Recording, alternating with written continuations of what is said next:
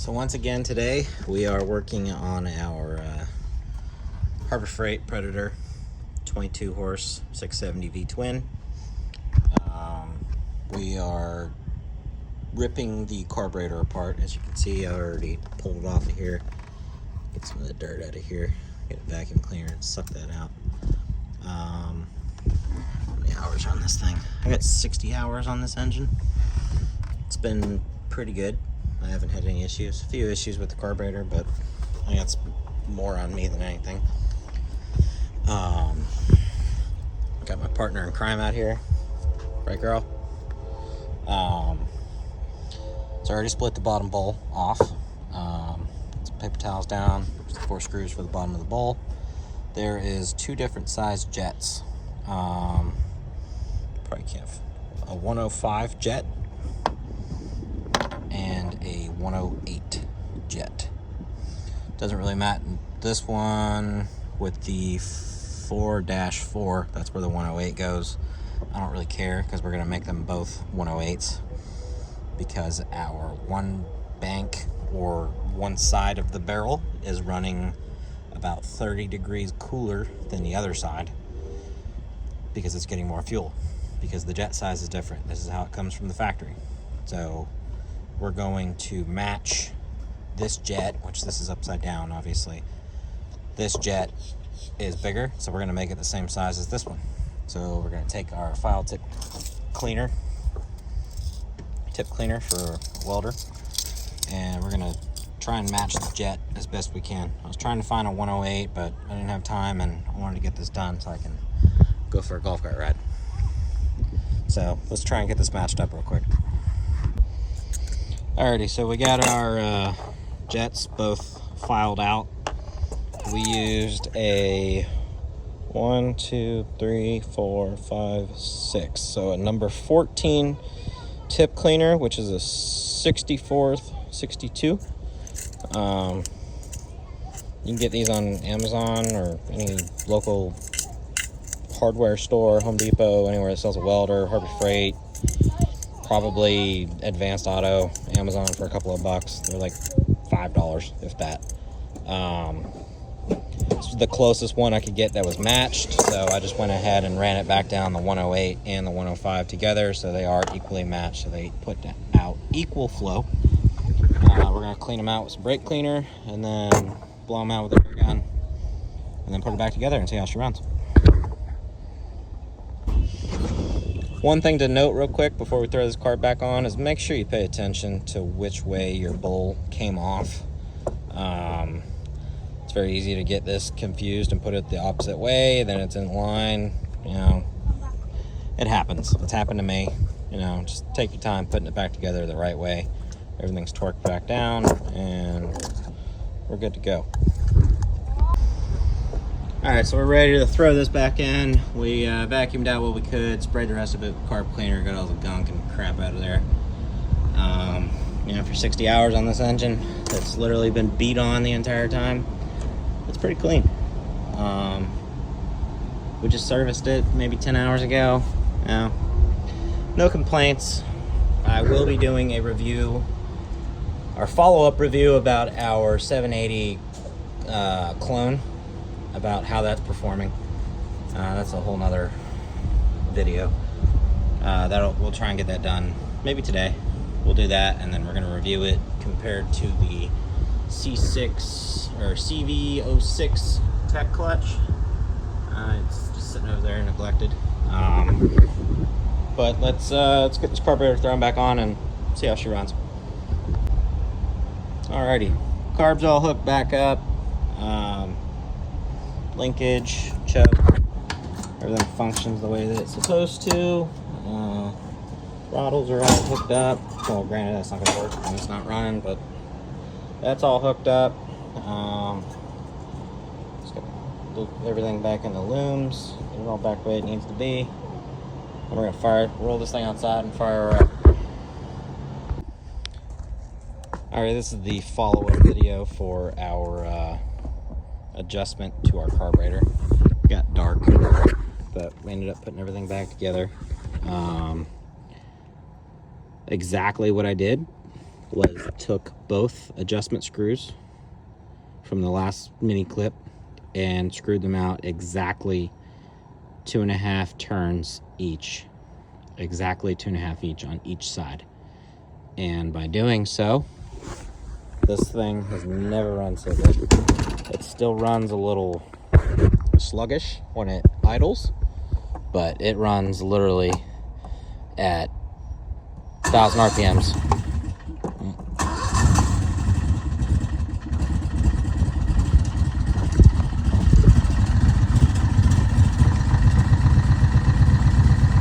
RPMs, roughly 1,200. Ships perfect. No more grinding gears. We do have some issues with our detent spring and or the shifter cable. Working through that now. I think the shifter cable is getting hot. Shut this off. I think the shifter cable is getting hot because it's 2 inches away from the header. We're going to redo our header wrap in a better grade header wrap and redo it. This one's about 2 or 3 years old now, probably. So got its life out of it, but it needs to be redone. But we're going to replace this cable and see how that goes, because this is a, I think it's LOL 01 or whatever, the Amazon company that's all over the place. It was like a $60 cable, and OEM cable is $170 something shipped. We're just gonna say screw it and buy an OEM cable, because I think that is my problem. If it's not, we'll go the next step from there. So yeah, we adjusted both screws exactly 2.5 inches. It runs perfect at roughly 1,000 to 1,200 RPMs. Perfect. I had to fiddle with the idle adjustment a little bit, which is the screw cap that's underneath this. So you put your bottom plate on, this plate goes on, and then before you put your air filter in, it's got a little rubber plug that's right about here. Take that out, and that's how you adjust your idle screw. But this thing runs great. I think I need to change my spark plugs and run with a hotter plug, because they're still loading up a little bit. I have E3s in here now. I thought that would run hot enough, but they're still loading up a little bit. I don't know. I'm gonna end up going with some auto lights or NGKs and put a little hotter gap in there and try and fix it that way. But it is running perfect. Takes off quick throttle response, and I may end up leaving this carburetor on here. We may end up running a aftermarket air filter and ditch the factory box and go with a nicer filter. Next thing I wanted to cover, my Amazon Comet clutch. I believe I paid $140 for this thing. The only thing I had to do was shift the motor from the passenger side to the driver's side, maybe a 1/4 inch. Not even, probably 3/16 of an inch. I don't even think it was that much, honestly. And to line them up, so the backside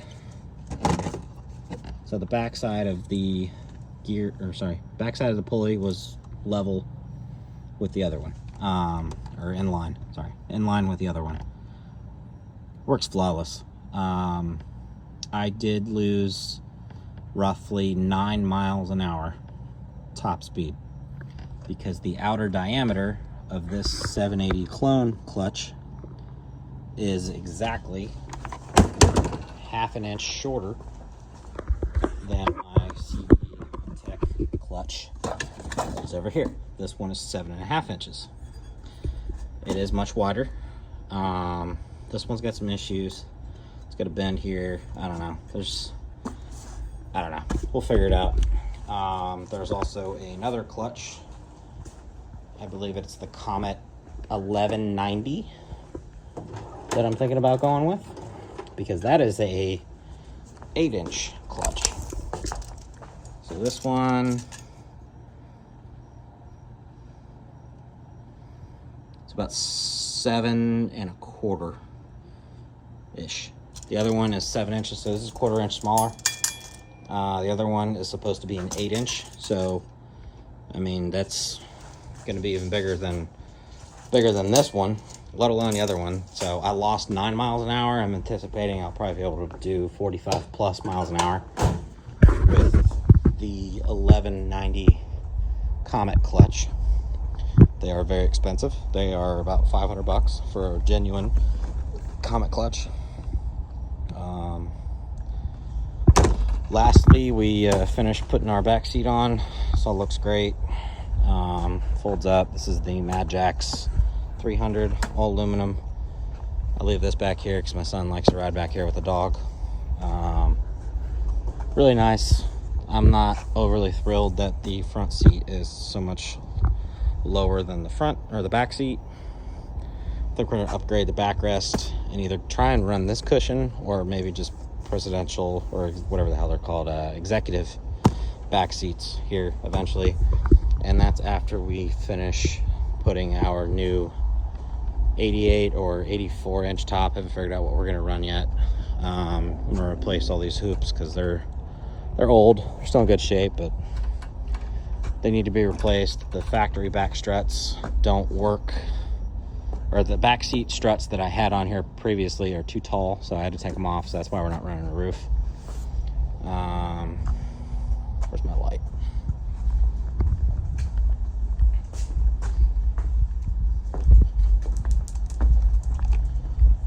There's a picture of our dash, all finished. I need to finish putting our speakers back in. We're taking out the JL 6.5s that I have now, and we're going to 7.7s. They will fit, so I just got to put them in. I haven't had time to do it. But that's what it looks like. Looks great with the RPM gauge. I eventually want to run a fuel gauge because this thing is a pig. It'd be really nice to know without having to ask the entire family to get off. I think I just filled this thing up and I already burned a quarter tank.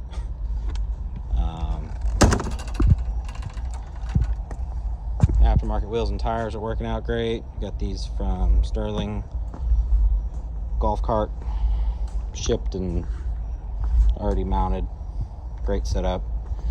I'm running a 3-inch wheel spacer in the back and a 2-inch wheel spacer in the front, and they are almost identical. Actually, I take that back. I have 2.5-inch spacers in the front, 3-inch in the back.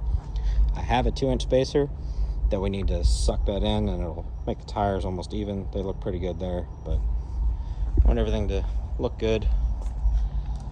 But that is that. Hope you liked the video. Don't forget to subscribe. If you have any questions, drop them in the comments below. Thanks.